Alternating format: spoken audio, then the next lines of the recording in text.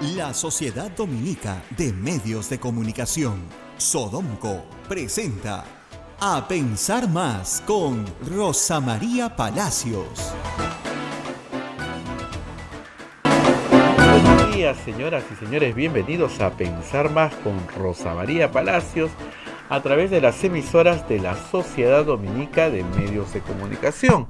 La Sociedad Dominica de Medios de Comunicación está integrada en Lima por Radio Santa Rosa, 1500 kilociclos AM en la amplitud modulada, 1500 kilociclos llega en todo el país, y 105.1 en la frecuencia modulada FM al Cono Sur.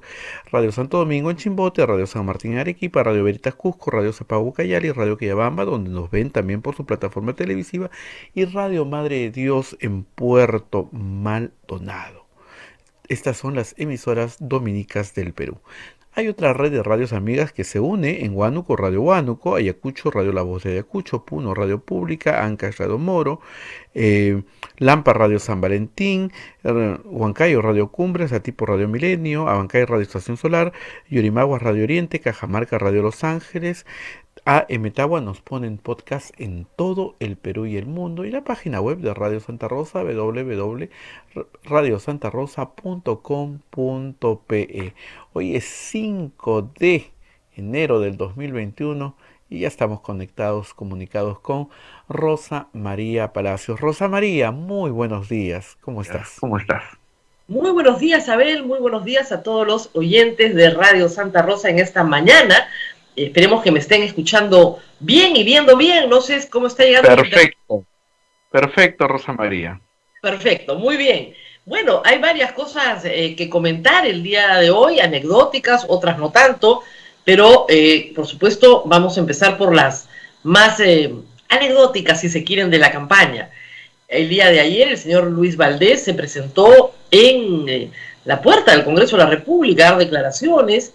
Primero había pedido disculpas y luego señaló, en una intervención telefónica, a la reportera de Canal N que en realidad él tenía un compromiso familiar, que todos teníamos familia, que era esposo, era padre, y que tenía que atender este compromiso familiar.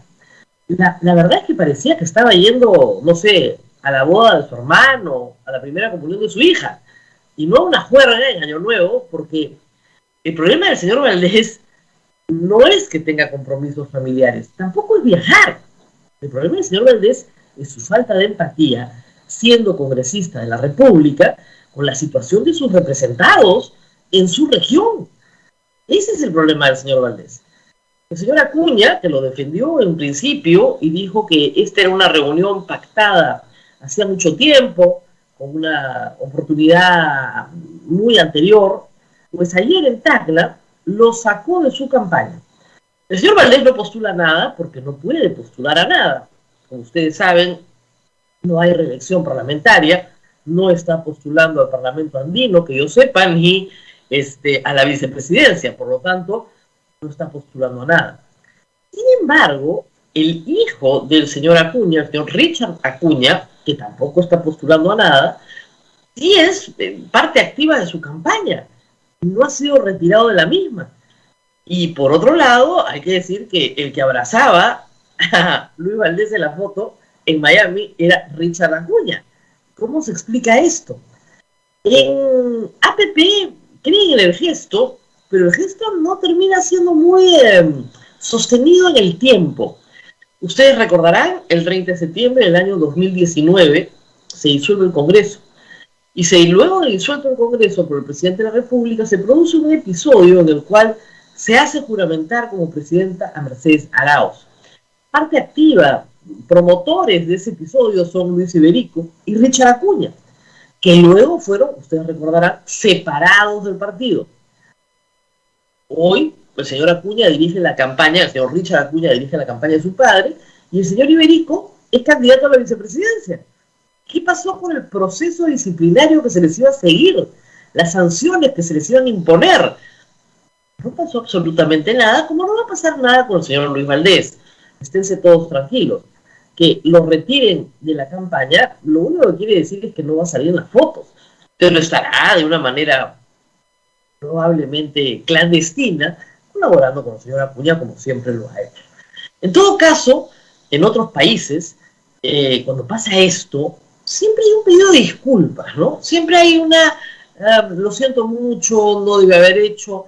Lo que ha hecho el señor Valdés no es un delito, pero sí revela, como les decía, la frivolidad del poder. Si estás en el poder, tienes que guardar ciertas formas. Cuando no estés en el poder, perfectamente te puedes ir a donde quieras. Lamentablemente, en el caso del señor Luis Valdés hay un antecedente.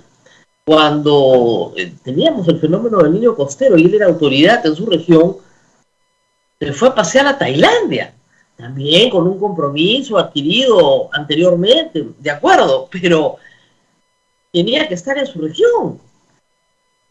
Y no es verdad que no haya faltado ninguna obligación parlamentaria, porque el día que se votó la ley agraria, él no respondió a la lista, ni desde Miami, ni desde ninguna parte. Así que mucho cuidado con este tipo de conductas que le hacen un tremendo daño a la candidatura de César Acuña. A veces parece, de verdad, que los congresistas no entendieran que sus partidos están en campaña y que sus partidos están solicitando el voto popular y que el voto popular no va a llegar con esas actitudes. No hay forma de que levante Acuña con las actitudes de los miembros de su partido. No hay forma. Porque además, lamentablemente, han demostrado que, como he explicado, esta voluntad de sanción parece que no tiene mucho mérito, ¿no? No llega muy lejos. O llega muy lejos a un mejor cargo después, porque el señor Iberico va, reitero, como vicepresidente. Y el señor Richard Acuña, su hijo, no lo han retirado de la campaña. Debe ser un problema, efectivamente, para el señor Acuña manejar los ímpetus de sus hijos, pero hay que tener en cuenta que esos seguirán siendo sus hijos si él accede a la presidencia de la República. No le suma nada lo que ha pasado. Recién ha reaccionado ayer, tarde, y con una sanción que a todas luces parece menor. Y teniendo en cuenta además que es un partido que no cumple con su palabra política. Lo hemos visto también en el caso de la vacancia presidencial. Sin los votos de APP no se vacaba Vizcarra. El señor Acuña apareció en los medios en una entrevista en El Comercio señalando que no iban a votar a favor de la vacancia si no apostaban por la estabilidad del país. Bueno, así estamos, pues. ¿Dónde está la estabilidad del país? Votaron a favor de la vacancia y hemos tenido un clima de inestabilidad que tiene consecuencias profundas en la vida cotidiana de las personas hoy. Y de eso también quería hablar, a ver un poquito el día de hoy. Todos están preocupados, lo sé, por el rebrote, segunda ola. Pueden llamarlo como quieran, minimizarlo, maximizarlo, pero lo cierto es que comienzan a escasear, y ahora sí con severidad, las camas UCI. Sí hay camas de hospitalización, lo que no hay es la cama UCI. Entonces, el gobierno tiene que decirle algo a la gente que parece haber olvidado. Muchas personas, lo escucharon algunos médicos, confunden los síntomas de un resfrío común, propio de un cambio de clima, un resfrío de verano, ¿no es cierto?, que siempre están incómodos, con el COVID. Y cuando llegan a emergencia, ya no están saturando adecuadamente, ya están en una situación muy crítica y tienen que pasar inmediatamente a UCI. Esto podría evitarse si, de nuevo, no confundimos los síntomas del resfrío común con los síntomas del COVID. Porque son igualitos. Y para muchos asintomáticos, lo único que van a sentir es efectivamente los síntomas del resfrío común o cosa menos. No tienen ningún síntoma. Pero hay que tener qué a la mano para evitar la confusión. ¿Qué es lo importante que usted tiene que tener a la mano?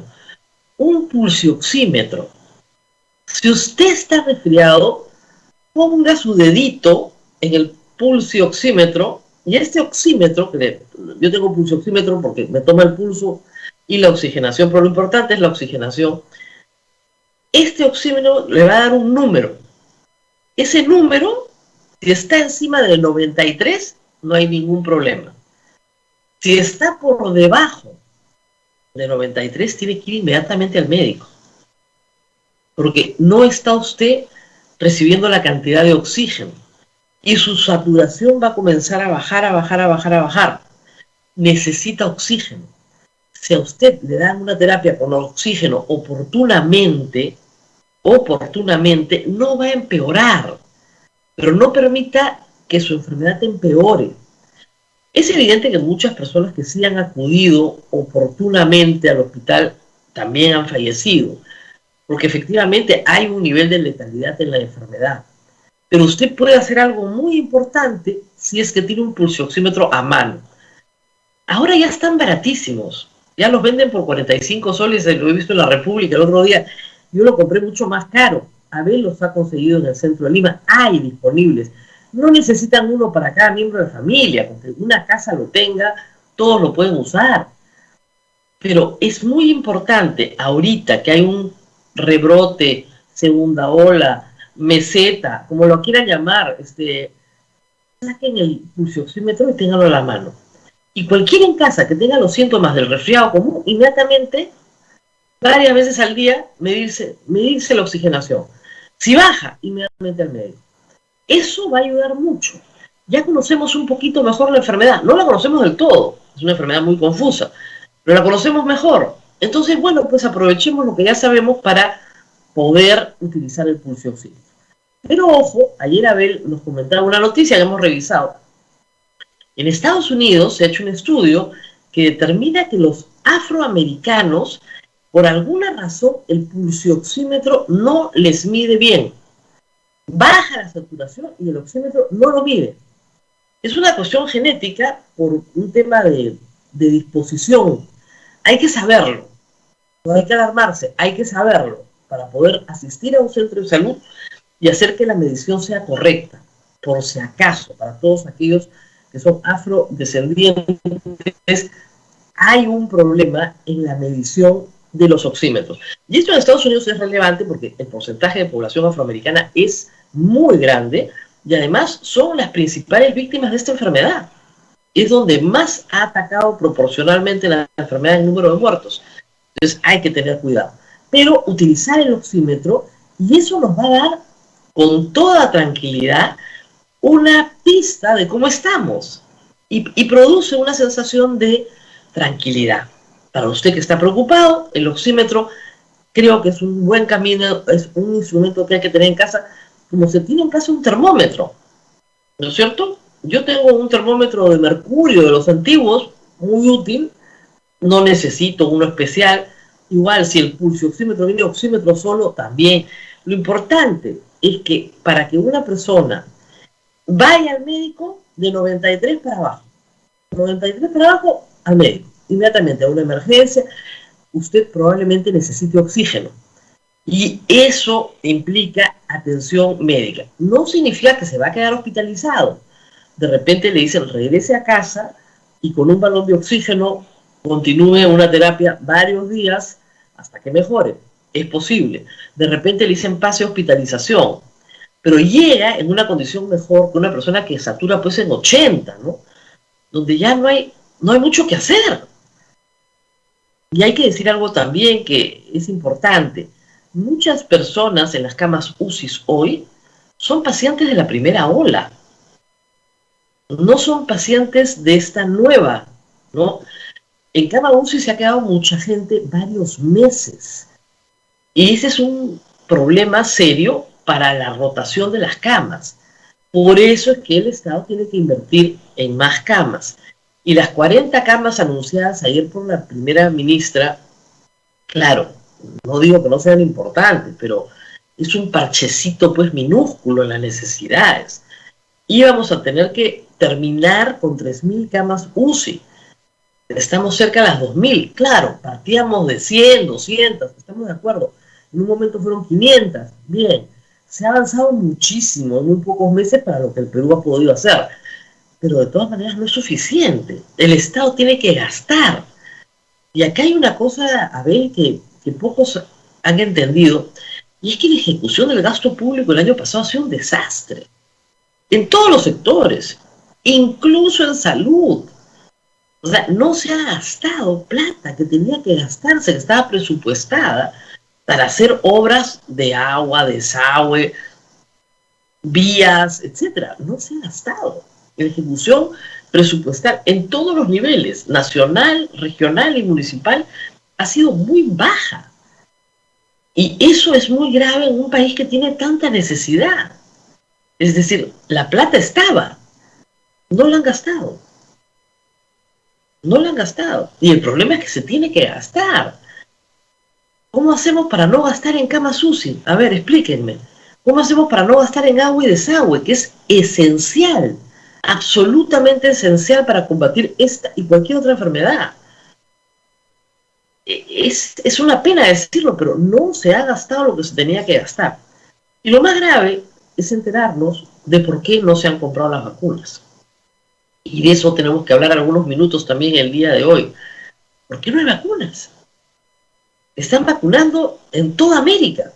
Chile está vacunando, Argentina está vacunando, Bolivia ya compró, Venezuela ya compró, le compró a los rusos. No nos gusta esa vacuna, no importa, pero ya tienen una. Venezuela, un país en severa crisis económica y política, ya compró vacunas. ¿Y el Perú no? La ministra Massetti trata de minimizar estas compras y dice que solo les han mandado pequeñas muestras. Algunos países han recibido 100.000, 200.000 vacunas. Es un inicio. Por lo menos han iniciado su proceso de vacunación. Es evidente que en Estados Unidos, que manejan otros volúmenes, no van a vacunar a todos los americanos en un día. Pero ya han vacunado ayer 4,5 millones de personas. Y ya distribuyeron 15 millones de vacunas en una población de 300 millones. Yo creo que en unas pocas semanas, y ya cuando haces las cosas con la velocidad de la economía a escala, en unas semanas Estados Unidos no va a tener el virus. Pero estamos hablando de probablemente que para marzo, abril, esté toda la población vacunada. A ese ritmo, esto es solamente los primeros días del año, a ese ritmo probablemente para marzo, abril están todos vacunados. Y lo mismo en Europa, están vacunando a toda velocidad. El Reino Unido ha tenido que cerrar todo y irse a una cuarentena radical porque el número de contagios se ha disparado. Pero eso no implica que no se detengan en la vacunación. En este momento están en una carrera contra el virus y la vacuna. Es decir, por un lado se multiplican los contagios, por otro lado estamos vacunando. Pero es una carrera en la que la gente puede tener fe. Si yo estoy en el Reino Unido y me dicen, confínate 15 días, bajamos la enfermedad y estamos vacunando a toda velocidad, bueno, bienvenida, buena idea. ¿Qué más podemos hacer? El problema es que en el Perú nos digan dentro de 15 días que nos vamos a un confinamiento o antes, a un confinamiento radical sin ninguna vacuna. Sin ninguna solución. Habiendo la solución. Es desesperante. Entonces la pregunta es, ¿por qué no tenemos vacuna? Por varias razones, vamos a explicarlas. La primera razón se llama miedo. Miedo, ustedes dirán, claro, hay un grupo de gente que tiene miedo a vacunarse. No me refiero a ese miedo.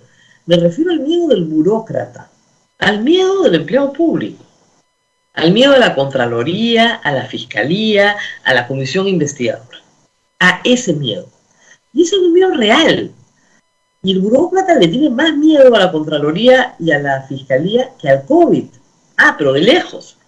Y no va a comprar si se va a cuestionar posteriormente esa compra. Ese es el primer problema.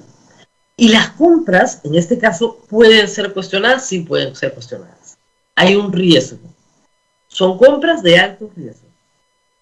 Ese es el primer problema. Miedo, un miedo mayúsculo a comprar la vacuna equivocada, a que se les juzgue posteriormente por el costo de la vacuna o por las condiciones en las que se fue entregando la vacuna. ¿Y por qué un funcionario público podría tener tanto miedo si en el Estado se compran muchas cosas? El segundo asunto es que tiene miedo porque la vacuna en septiembre, octubre, no existía. Era un bien futuro. Y lo dice Martín Vizcarra, expresidente, en una entrevista concedida a la República este fin de semana. Lo hemos comentado. ¿Cómo podía yo comprar algo que no existía? Esa es la mentalidad del burócrata peruano. En el mundo privado se compran cosas que no existen todos los días. Una cosecha no ha dado fruto todavía y la puedo comprar antes de que se siembre.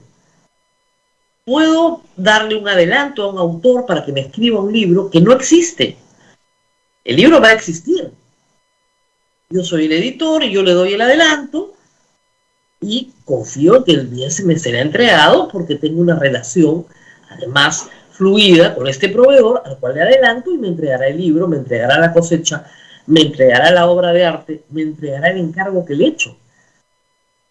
Todos los días en el mundo privado se compran cosas que no existen.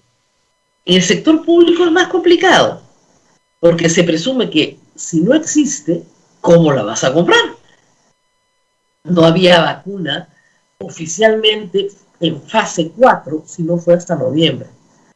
Y acá viene el otro problema, el tercer problema, las garantías que el Estado peruano da. Es decir, un proveedor le puede vender al Estado peruano, pero ese proveedor quiere estar seguro de que le van a pagar, quiere estar seguro de que el Estado peruano es serio, quiere estar seguro de que el Estado peruano cumple con su palabra. Fíjense, la palabra de Bolivia, la palabra de Venezuela, de Chile, de Colombia, hoy día vale más que la del Perú. Vale mucho más, porque el Perú no es capaz de lograr un contrato porque la palabra del Estado peruano no vale mucho. Y los proveedores exigen garantías. ¿Qué garantías? La primera garantía es garantía de que me van a pagar. Yo le vendo esto, pero a cambio me tienen que pagar lo que me ha costado. ¿Quién me va a pagar? ¿Cuándo me va a pagar? ¿Cuánto me va a pagar? Eso no puede quedar en el limbo. Hay contratos para eso. ¿Y el contrato qué es? Aceptación, oferta y aceptación. Son los dos elementos del contrato. Una vez que hay oferta y aceptación, hay contrato. Bueno, en este momento no se ha logrado que el Perú tenga ningún contrato.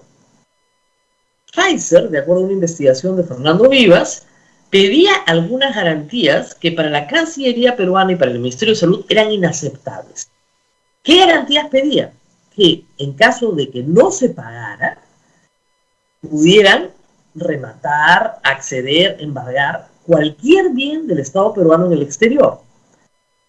El Estado peruano no tiene muchos bienes en el exterior, pero sí tiene cuentas, por supuesto, hay cuentas que se pagan en el exterior, tiene inmuebles, embajadas, eso no alcanzaría para pagar ciertamente la vacuna. Pero esta solicitud le pareció inaceptable a la Cancillería. La pregunta es, si vas a pagar de todas maneras, si vas a pagar de todas maneras, ¿por qué te parece inaceptable? Es una condición.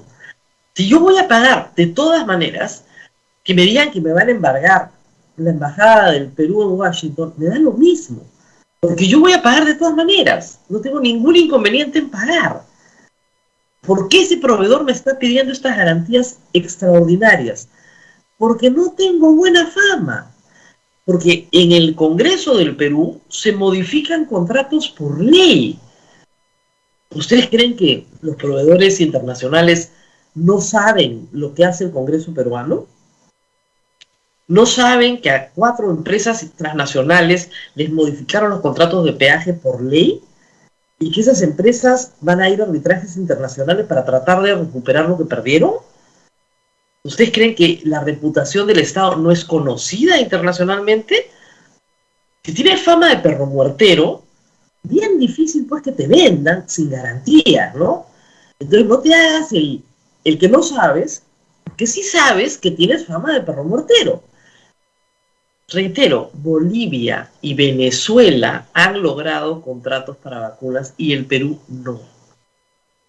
Miren, pues, se le pide a los estados garantías. ¿O ustedes creen que no le han pedido garantías a Chile, a Colombia? Por supuesto que les han pedido garantías. No son conocidas porque los contratos son confidenciales, no son públicos. Argentina fue el único país que no aceptó esas garantías a Pfizer, pero compró. Y tiene otros proveedores que están proveyendo a Argentina, está vacunando. Así de sencillo.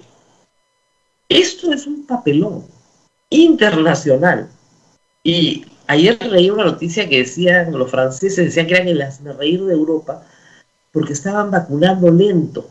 Y Jorge Bruce decía, nosotros somos el hazmellorar del mundo, porque ni siquiera no es que estemos vacunando lento, no tenemos nada, nada, en una situación desesperada. Porque como decía al principio, los contagios están creciendo y van a seguir creciendo. Es inevitable. Esto viene por olas. Entonces hay segunda ola, tercera ola, cuarta ola, rebrote, etc. Una vez que toda la población se contagia, la más vulnerable, baja el nivel de contagio. Luego, de nuevo, un grupo comienza a contagiar, a contagiar, a contagiar y avanza la enfermedad por aquellos lugares donde no avanzó o reinfecta, porque esta enfermedad puede reinfectar. No es letal en la reinfección, pero puede reinfectar. Ya ha pasado más de 6 meses para muchas personas que se infectaron en julio, en junio, la peor época, entonces perfectamente pueden volverse a infectar. En esa situación estamos, a ver. ¿Por qué no tenemos vacunas? Por 2 razones. Por miedo y por incompetencia. Esa es la verdad. Y la incompetencia proviene de la mala reputación que tenemos como pagadores de deudas. De nuestras deudas como Estado peruano. Nadie le va a dar al Perú a sola firma, ¿no es cierto?, como si fuera un gran pagador, las vacunas. Van a exigir garantías. ¿Y hace mal el proveedor en exigir garantías? No. Si ustedes fueran proveedores del Estado peruano, ¿no pedirían algunas garantías si estuvieran en posición de pedirlas? Por supuesto que las pedirían. ¿Cuántos proveedores del Estado están hoy en cola tratando de cobrar lo que el Estado les debe? Ese es el problema. Entonces, con un funcionario muerto de miedo, que no sabe comprar al futuro, ¿ok?, con un funcionario que cree que no se puede comprar algo que no existe porque va a ir preso, y con un proveedor que dice, señor, yo no confío en la capacidad del Estado de cumplir con su palabra, esa es la razón por la cual no tenemos vacunas. Esa es la razón por la cual tenemos que ser serios internacionalmente. Cuando no somos serios internacionalmente, este es el precio que se paga. Por eso, romper contratos en el Congreso es tan grave. Para muchas de ustedes, han dicho, pero eso no es tan grave, total, hombre. Que son 3 soles de peaje. Es gravísimo. Porque la señal que tú das al mundo es, este no es un país serio. Este país modifica contratos por ley. Y mañana saca una ley que dice que no le paguen a Pfizer. Y ya está. Por eso no van a contratar con nosotros. Si es que no damos garantías. Y algunos países incluso piden que sea el presidente de la República el que firme el contrato. O sea, que haya un compromiso absoluto del Ejecutivo. No el ministro. No un funcionario designado para tal fin, como podría ser en cualquier otro caso. No, el presidente de la República. A ese nivel. Entonces, sí, pues, ¿el presidente de la República ha firmado contratos en nuestra historia? Sí, muchas veces aparecen en la firma de contratos. De concesiones importantes, ¿no? Aparecen los presidentes de la República dando respaldo. Lo que te está diciendo el proveedor es que le tienes que dar todas las garantías posibles de pago. Y lo que le dice el Estado peruano es, nos parece que esas garantías no son violatorias de nuestra soberanía. Lo que le estás diciendo al proveedor es, ¿sabes qué? No te voy a pagar. Porque si te voy a pagar de todas maneras, ¿qué te importa la garantía? Obviamente no hay contrato. En esas condiciones no hay aceptación, la oferta se retira, no hay contrato. ¿Cómo va el contrato? Te pide unas garantías porque tu vida, digamos, comercial me indica que tengo que pedirte estas garantías. Y tú te sientes ofendido porque estoy violando tu soberanía. Ah, me voy con mis vacunas a otra parte. Y en otra parte me las van a comprar, de todas maneras. Por eso no tenemos vacunas. Y claro, imagínense ustedes el miedo que puede tener un funcionario cuando no tiene presidente. Cuando tiene otro presidente, y luego tiene otro presidente, y tiene 3 presidentes en una semana. Porque no es verdad que eso no haya afectado, por supuesto que ha afectado. Tener 3 presidentes en una semana afecta porque Pfizer puede pensar a quién le estoy vendiendo. Si estoy pidiendo la garantía de un presidente de la República y me lo cambian así durante la semana, ¿a quién le estoy vendiendo? Entonces hay una combinación de las dos cosas. No solamente de la actitud del funcionario público, ¿no es cierto?, de la necesidad del Estado peruano de dar garantías por su pésima performance, sino también un momento de inestabilidad política. Eso es indudable. Pero el momento de inestabilidad política puede ser superado. Es decir, ya diciembre pasó. La pregunta es por qué hoy, 5 de enero, no tenemos un anuncio de lo que estamos comprando ya. Reitero, ayer Venezuela ha anunciado que le compra a los rusos su vacuna Sputnik. Ni eso tenemos acá. Ni la vacuna china. El Perú ha sido un lugar donde se ha experimentado con voluntarios peruanos la vacuna china. ¿No pueden anunciar hoy, mañana, pasado que tenemos la vacuna china? El Perú es un lugar donde se ha experimentado con la vacuna AstraZeneca, ¿no es cierto? La vacuna Reino Unido. No podemos anunciar que tenemos una preferencia, que nos van a vender algo. El mecanismo de COVAX Facility es un mecanismo para países pobres, muy pobres, y hay países más pobres que el Perú. Gracias a Dios no somos tan pobres en el mundo. Pero te dan un paquete de vacunas dentro de unos meses. Al final. Y ese paquete de vacunas no alcanza para vacunar a toda la población peruana tampoco. Considerando que además los niños no se vacunan, hay que vacunar más o menos a unas 20, 25 millones de personas. Depende, ¿no?, de quiénes son los más vulnerables, etcétera, ¿no? Es también por capas, más primero con el personal de salud, el personal de educación, las Fuerzas Armadas, las fuerzas policiales y todos los mayores de 65 años. Y después va a bajar. Pero no tenemos ni eso. Ni eso. Entonces sí, preocupación, la verdad. Muy bien, 8:35. Hemos hablado de muchas cosas, Abel. ¿Tú querías que hable? Sí, Rosa María. Vamos ahora ya a la pausa porque nuestro invitado nos va a hablar del panorama electoral, que por cierto, ayer ha habido 2 hechos creo que importantes, que luego lo comentarás, Rosa María. Ha habido un debate a través del Zoom de varios candidatos y un gran candidato ausente, ¿no? ¿Quién será el que no? Pero hay uno que lidera todo, ¿no? Y luego también ayer también vimos al señor Acuña abrazando a la gente, al señor Vizcarra y al señor Salaverry comiendo de un solo plato.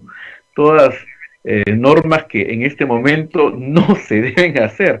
Con todo eso y con el doctor Iván La Negra, que ya nos está esperando, retornamos en un momento. Así es, volvemos. Continuamos con A Pensar Más a través de las emisoras de la Sociedad Dominica de Medios de Comunicación.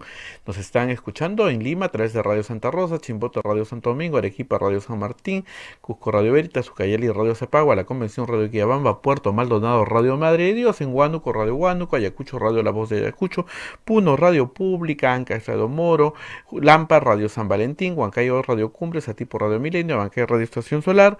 También en Uyurimaguas, Radio Oriente, en Cajamarca, Radio Los Ángeles, AM Tagua nos ponen podcast en todo el Perú y el mundo, y la página web de Radio Santa Rosa, donde este programa siempre está colgado, es www.radiosantarosa.com.pe. Rosa María ya se encuentra con el doctor Iván La Negra, quien es secretario ejecutivo de Transparencia. Rosa María, vamos al tema de las elecciones. Adelante. Gracias, Abel.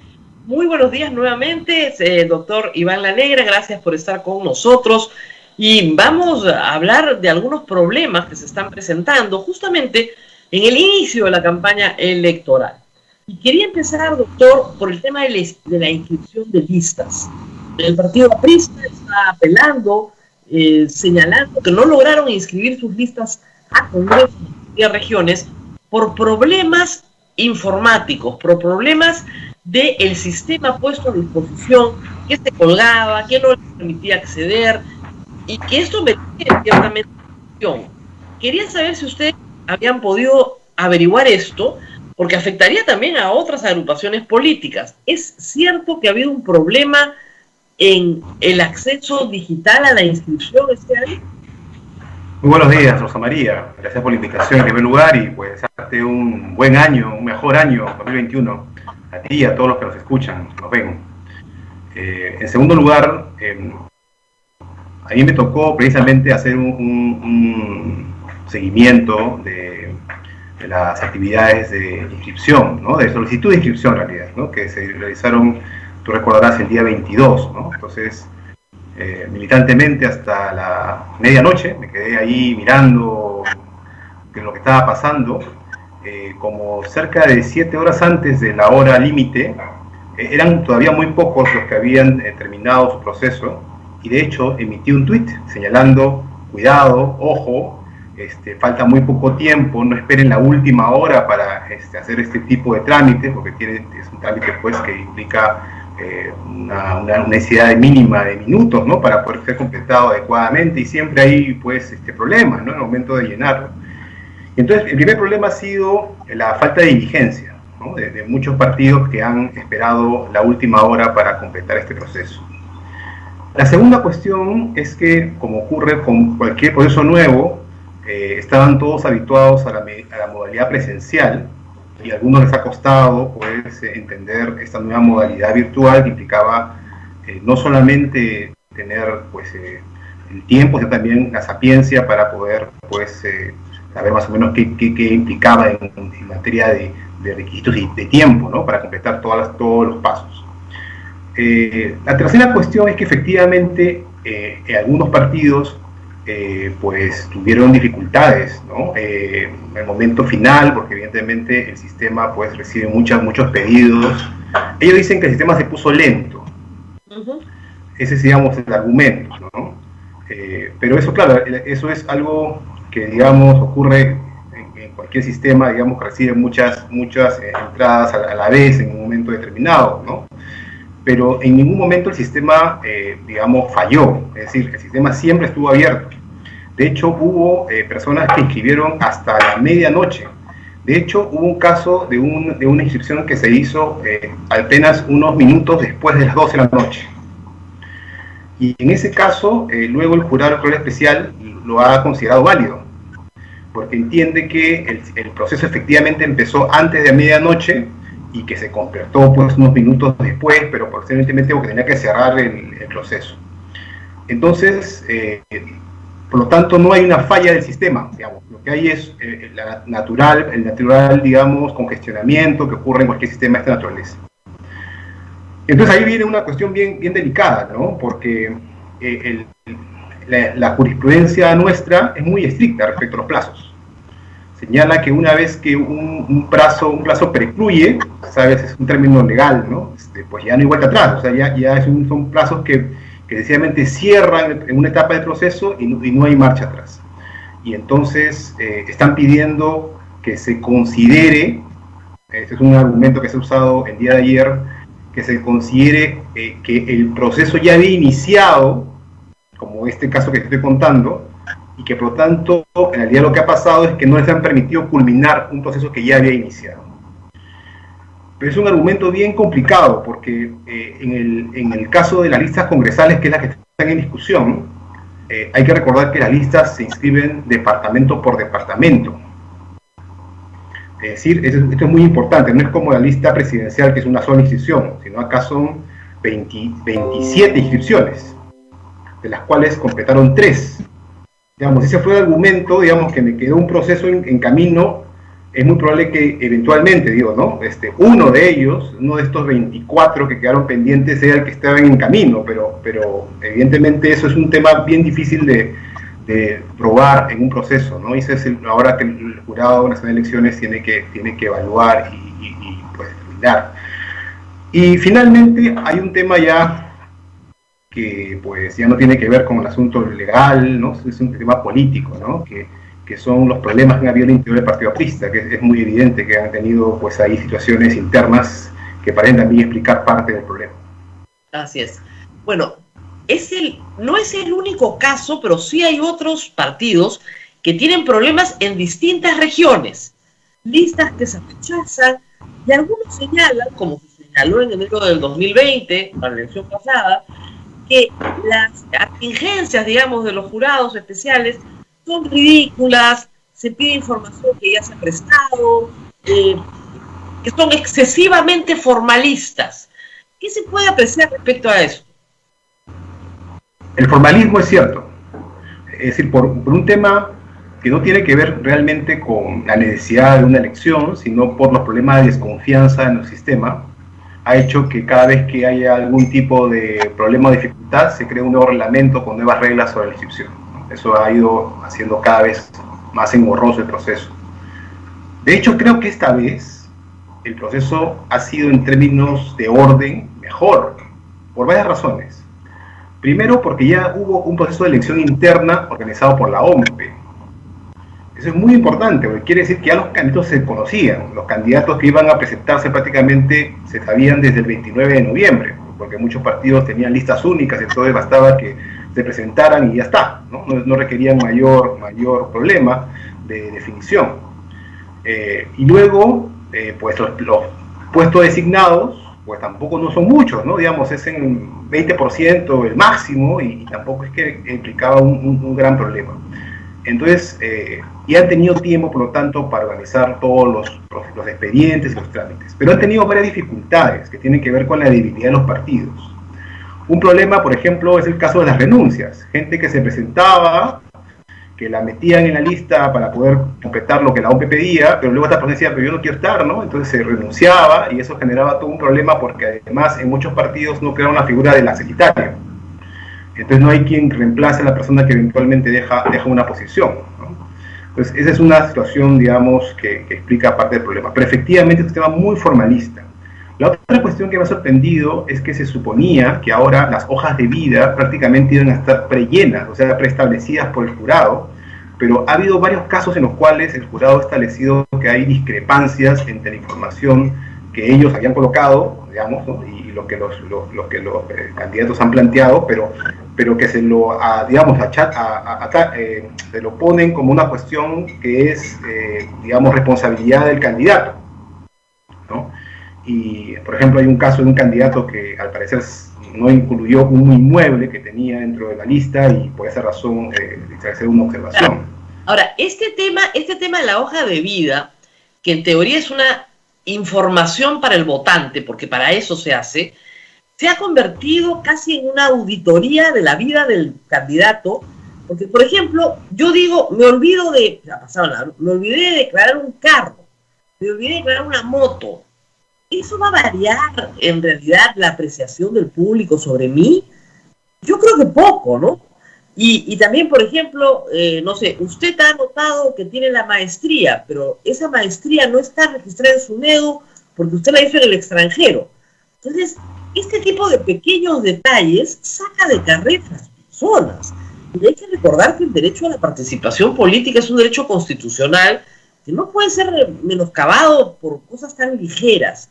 ¿Cómo se está comportando los jurados en ese tema? Y el Jurado Nacional como segunda instancia. Bueno, muy apegados a la ley, ¿no? Además, recordarás que son instituciones formadas básicamente por abogados, ¿no? Y además en un tono de jurado, es decir, un tono de tribunal, ¿no? Con lo cual se pone muy al pie de la letra, para bien y para mal, ¿no? Por ejemplo, en un caso donde dice, mira, no hay una causal expresa que impida a alguien postular, no está, digamos, puesto así con ABCD, no, entonces no hay razón para excluirlo.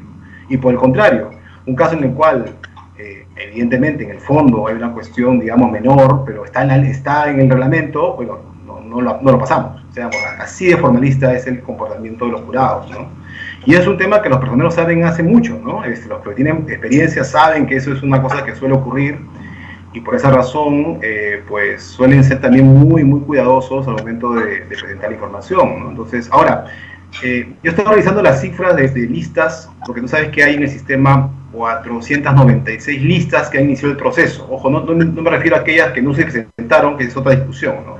Pero las que llegaron a presentar, yo tengo hasta el momento 292 listas inscritas de las 496, ya inscritas, o sea, ya pasaron toda la etapa de tacha, todo, y están inscritas, 292. Todavía están en proceso de tacha y admisión, hay 60 en tacha y 76 admitidas, es decir que todavía están en este proceso final de esperar que alguien me plantee una queja. Solo quedan 17 inadmisibles que todavía tienen que pasar por un proceso final de subsanar temas, y hay 29 improcedentes, 29 listas improcedentes. Las improcedentes son las que ya no van a pasar. Claro, pero hay algunas que empiezan a apelar, hay 7 que están en apelación, entonces tienen que, adicionales a esas 29 improcedentes, hay 7 en apelación, pero algunas de esas improcedentes también podrían eventualmente apelar, si todavía tienen plazo, ¿no? Entonces, pero algunas tienen temas muy complicados, no creo que puedan apelar incluso. Vamos por partes. Claro, pero a esta hora no hay nadie completamente fuera de carrera, ¿o sí? Estoy justamente revisando de las ideas improcedentes y no improcedentes. Hasta el momento, al parecer, ya habrían como 10 o 12 que se les pasó el plazo de apelación y ya no podrían eventualmente tener alguna opción. Pero ya, claro, estas son listas regionales. Así es. En la región, no sé, pues APP en Loreto, ese tipo de lista. Muy bien. Así es. ¿Qué pasa con las inscripciones de el Frente Esperanza, de Todos por el Perú? Esos dos partidos quedan fuera completamente. ¿Qué ha pasado ahí? Son dos casos diferentes. En el caso del Frente Esperanza, era un partido que estaba en proceso de inscripción. No me refiero a inscripción en la candidatura, sino a inscripción como partido. Entonces ahí tenían un problema porque no lo habían completado.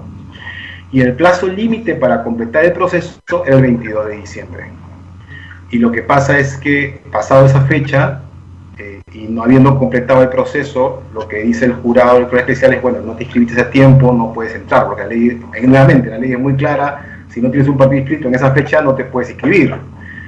Ahora, además, el registro de elecciones políticas ya se cerró. O sea, cerró y dijo, y se suspende el proceso, y hasta que acaben las elecciones, no puedes inscribirte. Entonces, digamos, quedas fuera por esa razón, ¿no? Porque no llegaste a inscribir el partido. En el caso de Todos por el Perú, la cosa es diferente. Hay un problema ahí vinculado con los personeros. Es decir, quién era el personero habilitado para poder inscribir el partido, ¿no? Y ahí tienen un problema interno terrible porque tienen como dirigencias que están enfrentadas, y eso originó un problema respecto a, digamos, la legitimidad que tenían los dirigentes al momento de presentarse al jurado. La tienen muy complicada porque en realidad formalmente la persona que de acuerdo con el jurado del especial debió haberlo hecho, no lo hizo, ¿no? Así es. Entonces no han inscrito las listas, no. Por lo tanto, esos dos partidos, en teoría de los 23, habría que restarlos. ¿Qué otra agrupación como agrupación política está en problemas? Bueno, hay un caso de improcedencia en la lista presidencial que es con Unión por el Perú, que en ese caso hay un problema con los dos candidatos a la vicepresidencia de esa lista que no presentaron información completa sobre ingresos.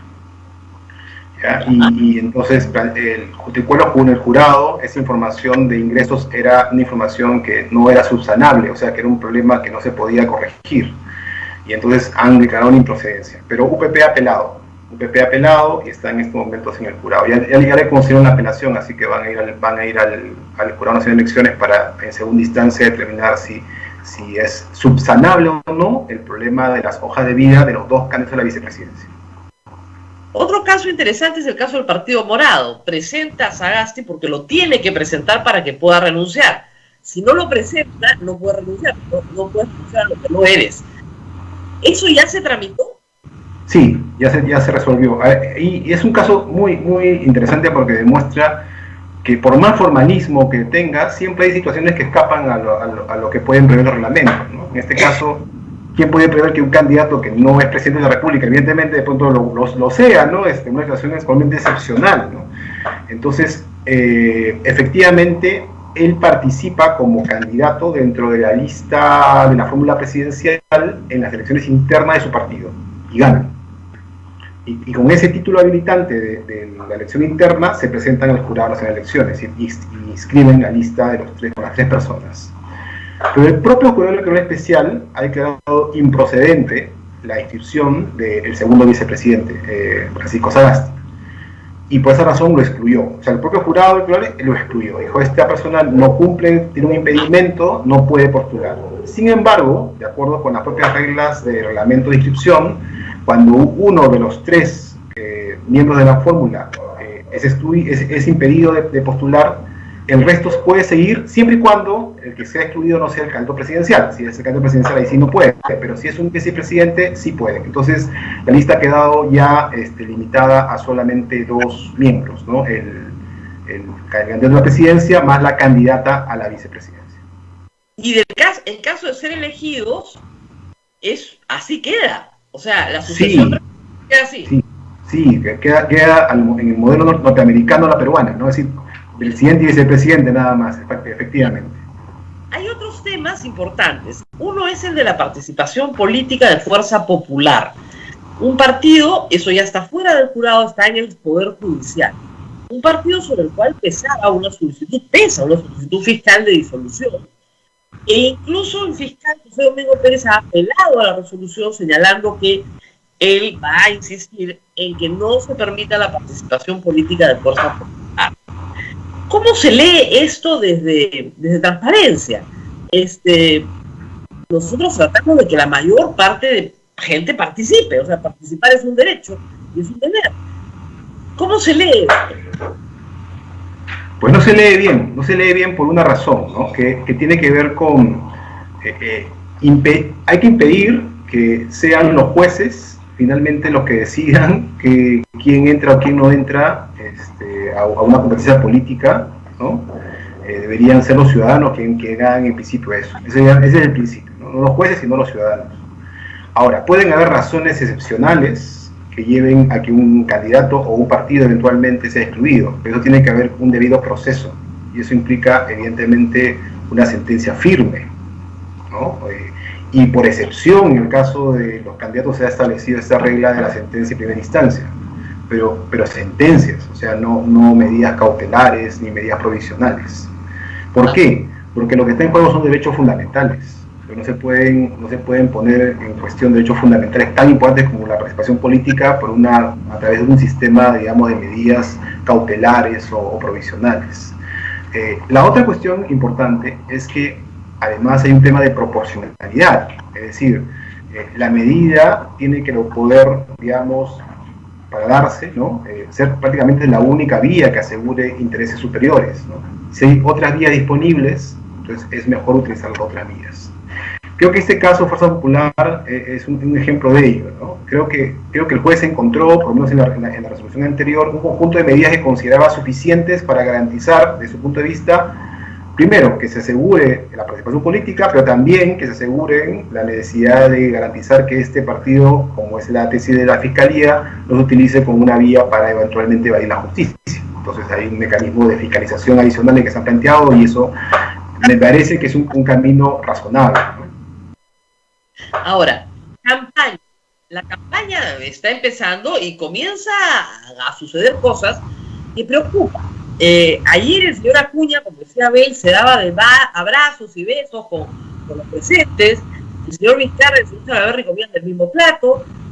Muy simbólico todo, pero hay una epidemia. Entonces, ¿cómo se debe manejar la campaña en la epidemia? Porque los candidatos, algunos harán caso, más preocupados, otros no, y los que hacen caso dirán, oigan, ellos están en ventaja, están haciendo cosas que yo no puedo hacer, eso no es justo, ¿no? ¿Cómo manejar este tema?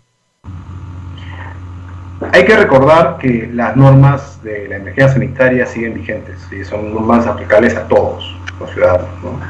Eso implica cualquier tipo de actividad. Y desde luego los partidos y los candidatos están sometidos a las mismas reglas. Entonces aquí hay un primer rol vinculado al Ministerio de Salud y a las instituciones vinculadas con la sanidad, que deberían emitir una comunicación muy clara señalando cuáles son las reglas, ¿no? Y recordarse a los partidos directamente cuáles son las reglas que tienen que seguir para evitar contagios que afecten a ellos mismos, a sus militantes, a sus simpatizantes y eventualmente a terceros que inclusive no tienen que ver con el tema, pero que eventualmente pueden ser afectados por la inflación. Luego, recordar cuáles son las actividades de mayor riesgo, porque, digamos, no todas las actividades tienen el mismo tipo de riesgo, como ha quedado demostrado en bastantes estudios. Por ejemplo, caminar en un lugar abierto, en tanto tenga mascarilla y mantenga cierta distancia, no genera un riesgo mayor, pero actividades en locales cerrados, el contacto cercano sin guardar ningún tipo de distancia, peor aún sin mascarilla, es una muy mala idea. He visto personas inclusive pues comiendo juntas, ¿no? Sin ningún tipo de mecanismo de protección personal. Eso es una actividad así claramente riesgosa, ¿no? Entonces creo que ahí toca visibilizar este problema y todo lo que las autoridades sanitarias planteen. Ahora, en otros países sí ha ocurrido que las autoridades electorales consideraron protocolos sanitarios específicamente para las campañas, para hacer más claro, digamos, ese tema y que los partidos y candidatos no tuvieran excusas respecto de la calidad de las reglas, ¿no? Pero es un poco difícil ya porque ya estamos en pleno proceso, pues ya eso pudo haber sido hecho antes, se ha hecho protocolos para el sufragio en sí mismo tiene protocolos, los observadores tenemos protocolos, pero digamos los partidos y en su campaña no lo tienen. Entonces, pero creo que la autoridad sanitaria tiene la posibilidad de dar una recomendación muy clara, ¿no? En el marco de las reglas que están dadas, ¿no? Señalando, oye, también te toca a ti cumplir con esas mismas reglas. Una novedad en esta campaña es la publicidad pagada por el Estado. Ya se publicó la norma en el peruano. Todos los partidos tienen un piso de 1,5 millones de soles para gastos publicitarios, pero el resto, o sea, los 9 que están en el Congreso, tienen un adicional proporcional al número de votos que sacaron en la última elección. Esto no va a reflejar el sentir popular de hoy, es verdad, pero es la única forma de hacerlo. Lo que me preocupa es que eso puede también ser impugnado en alguna medida, porque no es tan mal que el piso sea 1,5 millones, pero si yo tengo 1,5 millones y mi competidor tiene 6 millones dados por el Estado, y ya hoy mi competidor no tiene el empuje que tengo yo, la presencia que tengo yo, y no tengo alternativa, porque no puedo contratar por mí mismo, pues esto va a generar unos problemas. ¿Cómo están viendo ustedes la situación? Hay un problema, sin duda, ¿no? Hemos hecho una evaluación de los montos y la distancia entre el partido que recibe más y el que recibe menos es de 5-1. O sea, el que tiene más y el que tiene menos es una diferencia de 5-1, ¿no? Creo que es una diferencia muy grande, excesiva, digamos, ¿no? Uno podría entender una diferencia, digamos, efectivamente entre aquel que tuvo más votos y el que tuvo menos votos, pero me parece que la fórmula no ha llevado a un resultado equitativo, ¿no?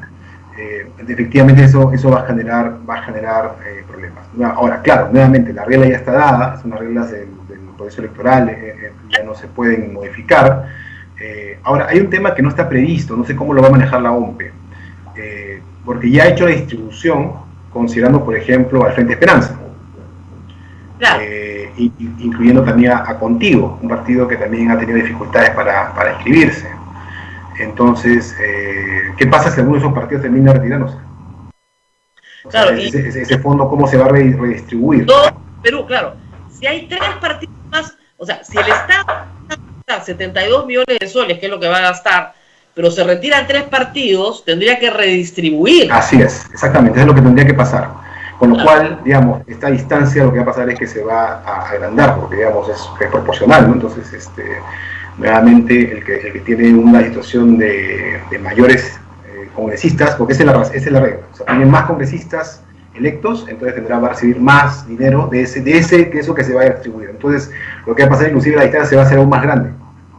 Claro. O sea, Acción Popular, FREPAP y UPP van a tener una cantidad de publicidad brutal, y Podemos respecto de Forsyth, Verónica Mendoza o cualquier otro que pueda estar muy arriba en las encuestas, pero que no ha tenido representación. Lo cual me parece la desproporción, porque además los otros no pueden comprar, es prohibido comprar radio y televisión, lo cual parece que va a derivar todo el debate a las redes sociales, ¿no? A publicidad en redes. Es un tema, sí. Ahora, también hay otro tema que hay que señalarlo, porque la experiencia en otros lados donde se ha hecho ese tipo de normas sobre publicidad, que solamente se puede pagar con dineros públicos, y que es lamentablemente que pasa en cualquier tema en el cual se ponen reglas muy estrictas en términos formales, se alinea también la informalidad, ¿no? Entonces la informalidad pasa por debajo. ¿Cuál puede ser la informalidad aquí? Que los medios privados no reciban dinero directamente por propaganda, sino que por lo bajo reciban dinero, y lo que hagan no es pasar publicidad, sino dar más espacio en los medios, para que los candidatos de algunos partidos tengan más tiempo, ¿no? sean más invitados, ¿no? Sean que estén más pendientes de los medios que los otros. Eso puede ser. Eso puede ser por el medio en su conjunto o por algunos periodistas, a través de algunos programas. Eso es lo que puede pasar, ¿no? Eso está prohibido en la ley. Así es, el delito. En la ley de competencia desleal, de represión de competencia desleal, que es una ley que a veces los periodistas no conocen, pero los publicistas sí, hay un principio de autenticidad que está señalado ahí. Tú no puedes pasar como noticia lo que es publicidad. Está específicamente prohibido. Lo sé porque se lo enseño a mis alumnos, pero artículo 17, si no me equivoco, de la Ley de Represión de Competencia Desleal. No puedes pasar como publicidad lo que es noticia, no puedes pasar como noticia lo que es publicidad. Está absolutamente prohibido. Y te puede llevar al Indecopi y te pueden sancionar. Al margen de todos los problemas éticos que eso representa, esto es un problema ético gravísimo. Pero sí, hay un problema de esa naturaleza. Lo que sucede la queja de los partidos es, a mí no me invitan, es que hay que establecer algunas reglas claras, que es lo que todos los medios tendrían que hacerlo, ¿no? Yo he trabajado en televisión de señal abierta muchos años y teníamos algunas reglas, hacíamos esas temáticas por partido. Los primeros partidos en responder la llamada venían, los que no respondían la llamada no venían. E invitábamos, sí, de acuerdo a las encuestas, a la presencia en encuestas de determinados candidatos, de ahí la importancia, porque presumimos que nuestra audiencia quiere ver más a aquellos candidatos que van adelante, porque justamente entre ellos se está tomando la decisión. Sí, y el espacio en radio y televisión es limitado, eso es inevitable. Nosotros lo sabemos, ustedes lo saben, y estamos hablando de, al final, 20 listas, ¿no es cierto?, con 130 candidatos. Es imposible darles un espacio en radio y televisión. Lo que sí es posible es darle un espacio en radio y televisión al candidato presidencial, pero más allá del candidato presidencial es difícil, salvo que hagas mesas de debates. Y el problema, le voy a contar a Ana Negra, es que los candidatos al Congreso no quieren debatir, no les gusta debatir, quieren solos. Entonces solo no hay. Entonces yo creo que vamos a tener que forzar un poco el espacio para que vengan a debatir, porque sus presentaciones en solitario son muy difíciles de lograr. Le digo porque nosotros acabamos de hacer esto ahorita, en enero, lo hemos hecho en 2016, y es difícil. Ahora, nosotros no tenemos tanta dificultad, y con esto mucha gente no quiere venir, así que no hay ningún problema. Es al revés, se mueren de miedo, no quieren venir, pero no quieren venir. Vamos a tener que decirles que vamos a tener debates de 2 o de 3 candidatos para que todos tengan la oportunidad, pero compartiendo el espacio, porque no hay mucho. Bueno. Sí, además ahora la vía electrónica permite estos temas. El día de ayer hubo un debate, tuvieron 9, creo, candidatos presidenciales, y fue bastante ordenado y no hubo problemas. Yo creo que hay posibilidades ahora de tener mayor intercambio, ¿no? Y además, otra cosa, ¿no? Porque precisamente, por ejemplo, ahorita estamos seguramente también saliendo en redes sociales. Las redes sociales, como bien señalaste, es un espacio que sí está abierto, ¿no? Y puede ser muy bien aprovechado para comunicar y para transmitir información, ¿no?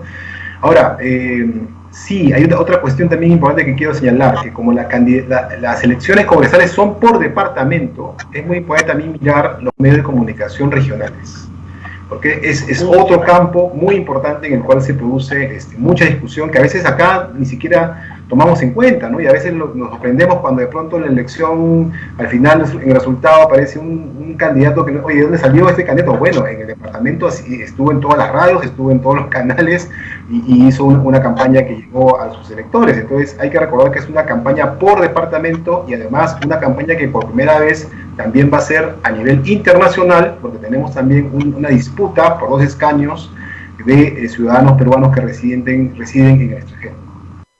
Así es. ¿Cómo prepara transparencia? Usted lo dijo hace un momento, los observadores tenemos normas para la pandemia, pero esto implica cambiar todo el modelo de trabajo, transparencia, con voluntarios presenciales. ¿Cómo están preparando eso? Bueno, ya tuvimos una prueba en las elecciones internas. fuimos los únicos que estuvimos ahí presentes como observadores, no hubo internacionales, solamente nosotros, y ahí probamos los protocolos, o sea, probamos los protocolos de presencia de los observadores, ¿no? Nosotros les hemos proporcionado a todo observador presencial todo el kit completo de protección, ¿no? Mascarilla, protección facial, gel, alcohol en gel, ¿no? Y además hemos cambiado el sistema. Ahora, como el horario de votación es más largo, son 12 horas, de 7 a 7, entonces le hemos cambiado un sistema por turnos. Los voters no están todo el día ya en un local como era antes, sino están por bloques, garantizando que el bloque no sea muy largo y que le permita a la persona regresar a su casa a almorzar o que vaya a desayunar, no tenga que comer en el lugar de votación. Esa es una forma de reducir el riesgo. Lo otro es que estamos ahora tratando de colocar todo a nivel digital, así que no contacto de papel, no contacto de, digamos, el menor contacto posible con alguna cosa que pueda originar algún problema. Y también estamos cambiando los protocolos respecto a la atención de las personas. O sea, una cosa que pasaba muy a menudo es que veían a alguien de transparencia y le hacían mil y un preguntas sobre qué cosa hacer en el local de votación. Hemos dicho, mira, vamos, antes como nos ofrecíamos incluso, ¿no? Decíamos, ahora vamos a tener que evitar ese tipo de situación en lo posible. A veces es inevitable, ¿no? Pero en lo posible reducir eso. Y finalmente vamos a tener un grupo de personas que no van a participar en la observación presencial porque están en grupo de riesgo. Esas personas han sido priorizadas para lo que es una observación a distancia, lo cual es muy importante también porque vamos a tener a personas que van a estar encargadas del procesamiento de datos, de la información, ¿no? Y desde ahí nos van a poder apoyar. Entonces, sí, hemos cambiado la forma de hacer. También eso va a implicar un menor número de locales de votación. Hay que recordar que la OMPE ha triplicado el número de locales. Entonces eso hace pues muy difícil, ¿no? Un seguimiento de todos ellos. Vamos a tener que reducir seguramente nuestro alcance en términos proporcionales, me refiero, ¿no? En términos de proporción. Pero creo que algo que sí hemos visto en las elecciones internas es que sí es posible, o sea, digamos, no es que no sea posible tener una logística adecuada para garantizar unas elecciones seguras. Creo que es posible, ¿no? y hay tiempo para hacerlo, ¿no? Nuestra única preocupación es que nos agarre abril con una ola en crecimiento, ¿no? Ese era el tema el principal temor, ¿no? Porque eso puede tener un impacto inclusive sobre la asistencia de la gente, ¿no? Claro, los contagios están creciendo hoy, enero. Probablemente se disparen hacia fin de enero. Yo creo que para abril estemos en la bajada, pero nadie lo sabe, es imposible saber, es imposible predecirlo. Y el problema es que las mismas elecciones se pongan en riesgo. Sí. ¿Hay esa duda ustedes todavía? No creemos, porque creo que el principal problema es de educación y de comunicación. Porque creo que lo que hay que hacer es un esfuerzo muy grande de educación, desde febrero, marzo, y muy intenso, de explicarle a todas las personas cuál es el protocolo para votar. Eso es muy importante. Porque hay varias reglas que se han planteado, y algunas reglas son, digamos, no obligatorias, sino recomendaciones. Por ejemplo, hay un horario por dígito del DNI, ya, pero hay que explicar a la gente que continuamente, bueno, ya cuál es tu horario, qué hora tienes que estar. Creo que ha sido muy bueno este sistema de elige tu local de votación que instaló la OMPE. 3,5 millones de personas han cambiado su local, incluyéndome. También me cambié de local porque me he puesto un local que esté más cerca de la sede de transparencia para no tener que moverme mucho. Pero digamos, son cosas que son claves para poder ayudar. La otra cuestión es que es esencial, ¿no? Que es evitar la aglomeración. Eso implica gente que llegue a tiempo, en el horario establecido, ¿no? Y que haya mesas instaladas debidamente para que no hayan problemas de cuellos de botella en un momento en el proceso. Eso es claro. Entonces, hay mucha educación, mucha comunicación.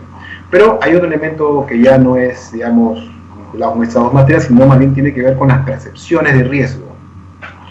Porque una de las cosas que hace que la gente sienta confianza es que sienta de que, digamos, hay ciertas garantías de seguridad. Entonces hay un tema de construir esa confianza en la gente de que es posible ir a votar como quien va a una tienda cerca de su casa a hacer una compra rápida, entrar y salir, y ni siquiera entrar a la local, y ya está. Eso es la misma imagen que debería tener el votante al momento de sufragar. Y si logramos eso, va a haber confianza y las cifras de ausentismo se van a mantener más o menos en el histórico, ¿no?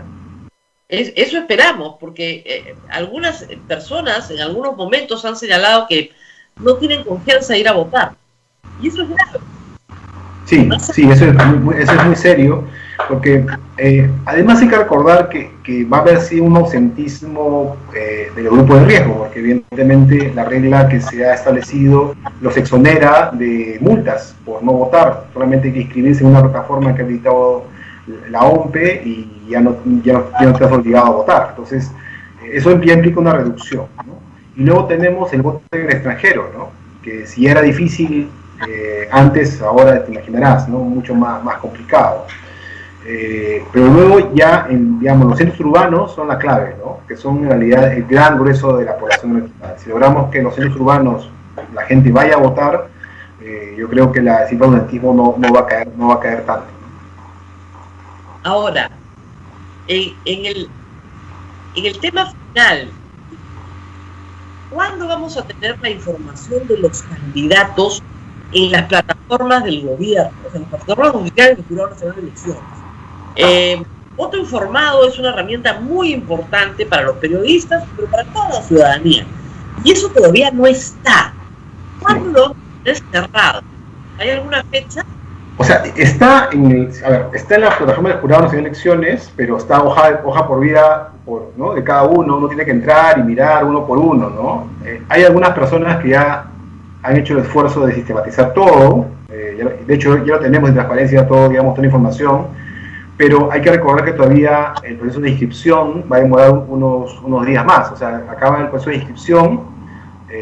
Teóricamente las tachas todavía pueden cerrarse todavía hasta inclusive el mes de... Perdón, la inscripción final es el mes de febrero, pero yo creo que va a ser antes, porque ha avanzado relativamente rápido este proceso. Entonces yo creo que en estas semanas que vienen, en enero, deberíamos tener ya prácticamente todo el proceso de inscripción cerrado, y con eso ya es posible publicar, digamos, a través de los formatos oficiales toda la información de los candidatos. Pero hay que recordar dos cosas, ¿no? Que son muy importantes para los que hacen trabajo en ese tema. Nosotros en Transparencia estamos inclusive apoyando iniciativas de gente de sociedad civil que quiere hacer herramientas de información para ayudar a la gente a votar bien, ¿ya? A decidir bien. Eso nos parece fantástico.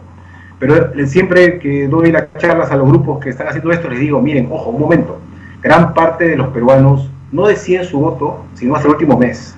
Entonces, ojo que, digamos, las cosas, hay que empezar a producir información y empezar a trabajar en el tema, ¿no? Mostrar los casos más severos, más serios, pero ojo que al final la gente demora en decidir. Entonces hay que tener como por escalones momentos, ¿no? Hay que sí, más o menos rápido, que es descartar.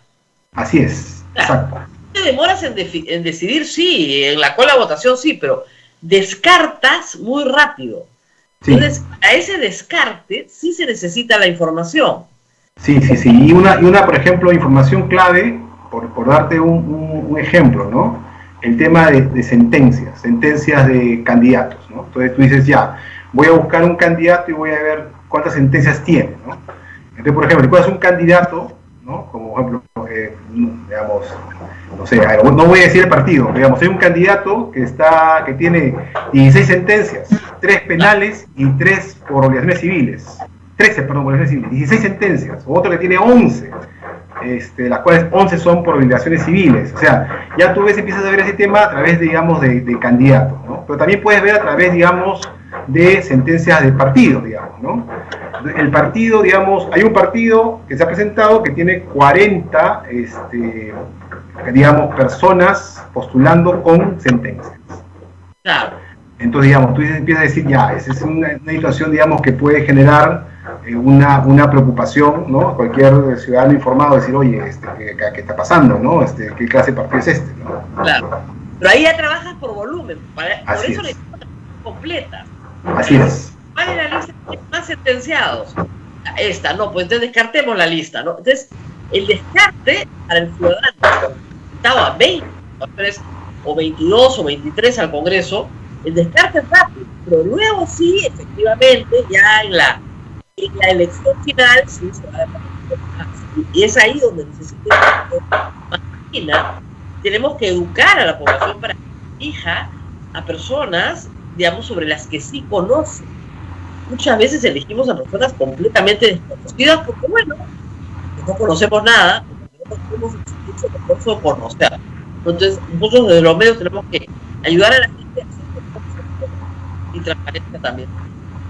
Muy bien. Sí, de acuerdo, de acuerdo. A ver, ¿hay alguna pregunta? Sí, Rosa María, una pregunta que creo que vamos a repetirla constantemente es el tema del Parlamento andino.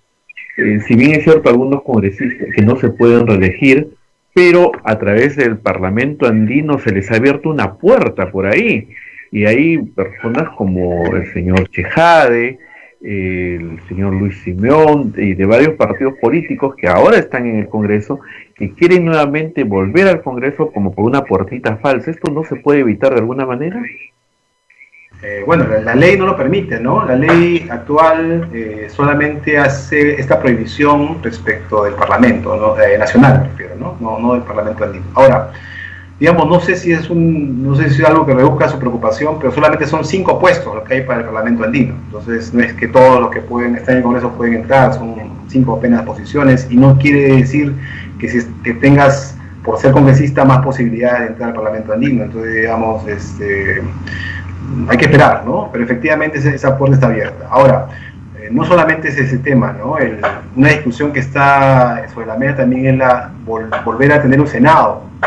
Eso también originaría, si es que se hace un Senado al medio del periodo parlamentario que viene, también abriría una posibilidad de que algunos congresistas de este periodo puedan presentarse en Senado, ¿no? Así es. Muy bien, Abel. Nos vamos despidiendo de nuestro invitado. Agradecemos muchísimo a Iván La Negra. Tiene mucho trabajo y el trabajo realmente hace transparencia en condiciones dificilísimas, porque no son las condiciones normales. Esperamos que nunca tengamos otra elección como esta, porque esperamos que en 5 años no haya.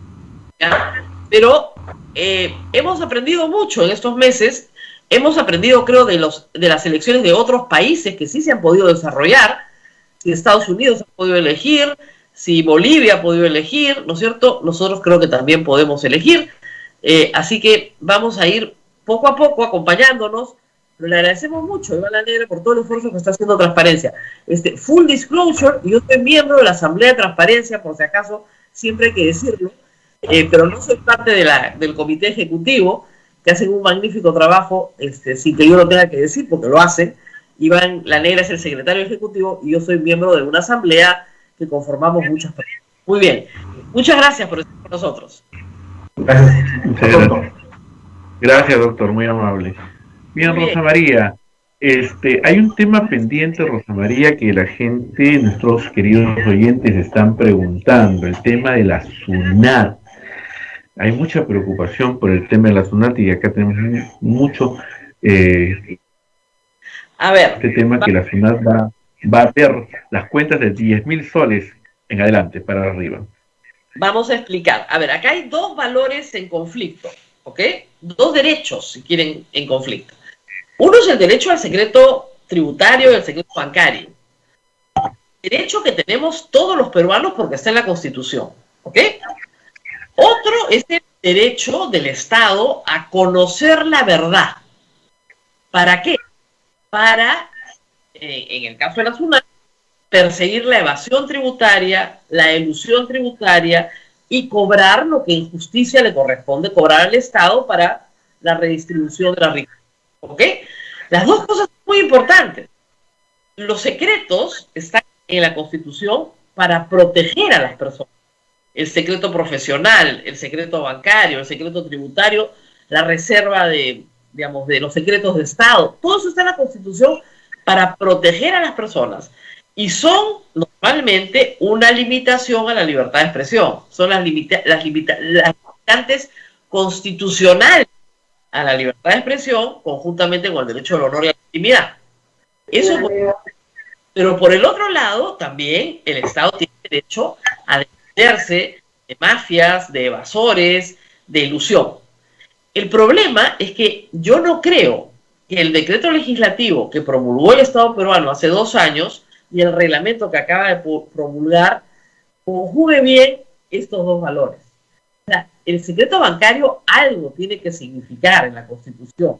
De acuerdo a la ley y al reglamento, hoy no significan nada. Absolutamente nada. La SUNAT tiene acceso a todo. Y al tener acceso a todo, hay cierta información personal que yo no quiero compartir con nadie, pero que me dicen hoy que ya la tengo que compartir. Entonces tenemos que derogar la Constitución. La Constitución no es un papel mojado en tinta. Si la Constitución nos da el derecho a este secreto, ¿por qué la SUNAT va a tener acceso a una información que es secreta según la Constitución? Hay un problema ahí grave, no está resuelto.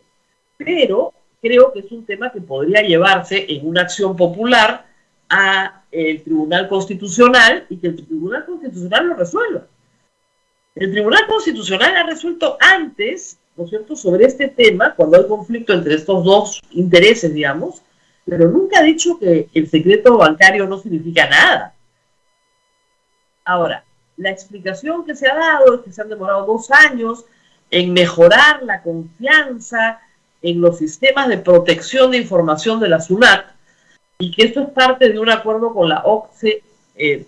¿Para qué? Para que el Estado peruano tenga estándares de confiabilidad en la protección de datos.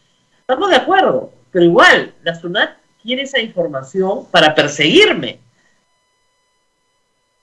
Y lamentablemente, cuando un ciudadano se enfrenta a la SUNAT, normalmente pierde. Eso hay que tenerlo claro. Ahora, ¿un juez puede levantar el secreto bancario? Sí. ¿La comisión investigadora del Congreso puede levantar el secreto bancario? Sí. No es un derecho absoluto. Pero si van a agregar a la SUNAT, tendrían que agregarla en la Constitución. El problema es que SUNAT va a usar esa información para acotarme, para citarme, para perseguirme. No va a llamar a un juez. La va a usar directamente. Para eso es. Además hay otros temas ya administrativos, ¿no? O sea, los bancos tienen que montar ya oficinas de información a la SUNAT.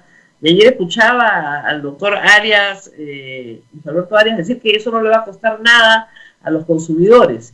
Bueno, permítanme discrepar. Todos los costos de las operaciones bancarias se trasladan de alguna forma a los consumidores. Entonces hay un incremento de costos también, porque hay que informar a la SUNAT. Miren, esto es como cuando el señor Luna Morales le pedía a la Superintendencia de Banca y Seguros información sensible de todos los de todas las personas naturales que están en el sistema bancario. A mí me da terror que una comisión del Congreso tenga información de todas las personas, menos el señor Luna Morales, que puede utilizarla Dios sabe para qué. Pero tampoco tengo mucha confianza en la SUNAT, permítanme decirlo.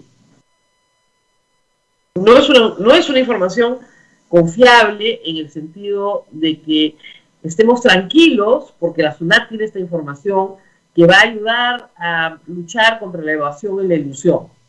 Lo que creemos muchos es que la SUNAT va a utilizar esta información para embargar cuentas, para acotarnos, para, como ha pasado a mucha gente, que te embargan la cuenta sin ni siquiera notificarte. Ha habido mucho abuso en la SUNAT, mucho abuso contra los contribuyentes, pequeños contribuyentes, como para regalarles esto sin protestar, ¿no? Creo yo. O sea, me parece que estamos hablando, a veces escucho a algunas personas expresas de dos SUNATs completamente distintas, ¿no?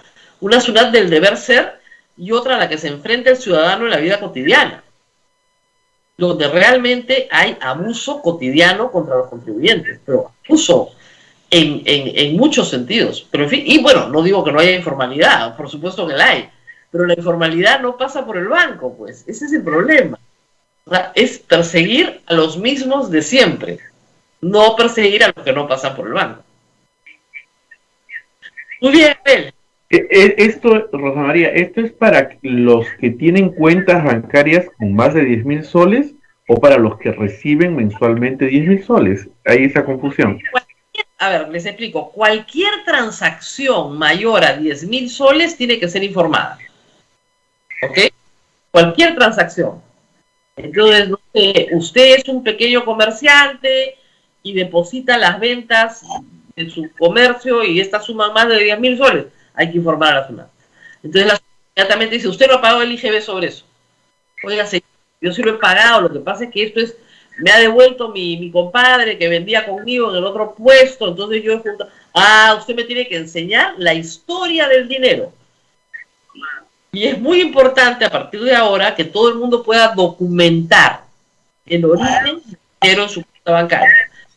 Entonces yo trabajo para Radio Santa Rosa, entonces todos los meses los padres me hacen un depósito. Entonces acá, este es mi trabajo, y recibo honorarios, me han pagado. Ah, ya, perfecto. Pero si usted no tiene un documento que acredite la razón del pago, va a tener problemas. ¿Ok? Entonces hay que ser muy cuidadoso con eso. ¿Por qué le haya apeado a su hijo 15 soles para el taxi? ¿No? Bueno, porque mi hijo toma taxi, señor. No, eso no va a estar. Tranquilos, eso no va a estar. Es de 10 ¿Y los ahorros? Igual. Tu cuenta de ahorros, la mayoría de los peruanos no tienen cuenta corriente, tienen cuenta de ahorros. La gran mayoría de las personas naturales tienen una cuenta de ahorros de donde sacan todos los días porque en realidad la usan como si fuera una cuenta corriente. Pero como te puede pagar algo, aunque sea una minucia, ya la tienes en una cuenta de ahorros. Entonces, la cuenta de ahorros y el cheque ya no se usa prácticamente, porque con las transferencias intrabancarias ya no se usa. Pero toda transferencia de más de 10.000 soles va a ser debidamente auditada por la SUNAT para preguntarte de dónde sacó este señor esta plata. Hay que tener mucho cuidado, por ejemplo, en los matrimonios. Ustedes se van a reír, pero, por ejemplo, no sé, pues Abel, imagínate tu mamá. Tu mamá no trabaja y puede tener una cuenta de ahorros a su nombre donde tú le depositas un dinero todos los meses porque quieres que tu mamá viva bien, que no le falte nada y que, bueno, que de ahí ella saque lo que necesita. ¿Ya? Y supongamos que alguna vez haya que hacer una reparación importante en la casa y tú le transfieres más de 10.000 soles. Entonces, y tu mamá no trabaja. Entonces la van a citar, le van a preguntar de dónde salió la plata, por qué tiene la plata, y ella va a tener que explicar que su hijo la mantiene, entonces el hijo tiene que ir a la SUNAT y explicar de dónde sacó la plata, etcétera, etcétera. O sea, hasta prestar plata a tus hijos va a ser un problema. ¿Qué genera todo esto al final? Que regresemos al efectivo, que el país no se bancarice, que es exactamente lo que hemos estado pidiendo con desesperación. Solo el 40% de los peruanos adultos tienen una cuenta de banco. 40%. Por eso es que no se podía repartir el bono de manera universal. El resto todo es a la mano. Todo es a la mano. Entonces, ¿por qué creen que a veces vemos estos asaltos donde roban 10.000 soles, 10.000 dólares, 20.000 soles? Y uno dice, pero ¿por qué estas personas caminan con dinero en la mano? Esto es muy peligroso, ¿ya? Porque no están bancarizadas y no quieren estar bancarizadas. Y este tipo de discusión que estamos teniendo en este momento es la que aleja a las personas de los bancos. Tremendo, y mucha gente se queda su plata de los bancos. O sea, no pasas por no cierras la cuenta, pero ya no pasas por el banco. Entonces a tu mamá le llevas la plata a la mano. Entonces la mamá tiene en un cajón la plata en vez de ir al banco. Claro, eso es lo que termina pasando. Lamentablemente. No formalizan, no promueven la formalización, al contrario, ahuyentan. Pero están convencidos en SUNAT que con esto van a atrapar a miles de evasores. ¿Eh? Vamos a ver. Si la gente se ha defendido tantos años de la SUNAT inventando toda clase de malabares ilegales, esto no va a ser óbice para que no lo vuelvan a hacer. ¿Eh? No se olviden. Creo que sirve de poco en las circunstancias del Perú. Si el Perú fuera un país 90% bancarizado, sí, de acuerdo, sería muy útil. Pero en las actuales circunstancias no creo que sirva mucho. Muy bien, nos tenemos que ir. Nos vamos, Rosa María. Sí, hay muchas preguntas. Vamos a invitar a alguien que nos pueda explicar, porque no sabes la cantidad de preguntas que hay de este tema. Nadie, o sea, no se alarmen, sigan haciendo su vida normal, pero sí sería bueno llamar a un abogado tributarista para que les explique con calma. Y sí sería bueno que en el Congreso se discuta si el secreto bancario todavía existe o no va a existir. Si no va a existir, necesitamos una reforma constitucional. Eso sí está claro. Si no va a existir el secreto bancario, hay que reformar la Constitución y eliminarlo. Muy bien, nos tenemos que ir. Mañana seguimos, Rosa María, nos vamos. Cuídate mucho, que tengas un bonito martes. Nos vemos. Hasta mañana. Hasta pronto. Chao, chao. Hasta aquí, A Pensar Más con Rosa María Palacios. Este programa fue producido por la Sociedad Dominica de Medios de Comunicación, Sodomco.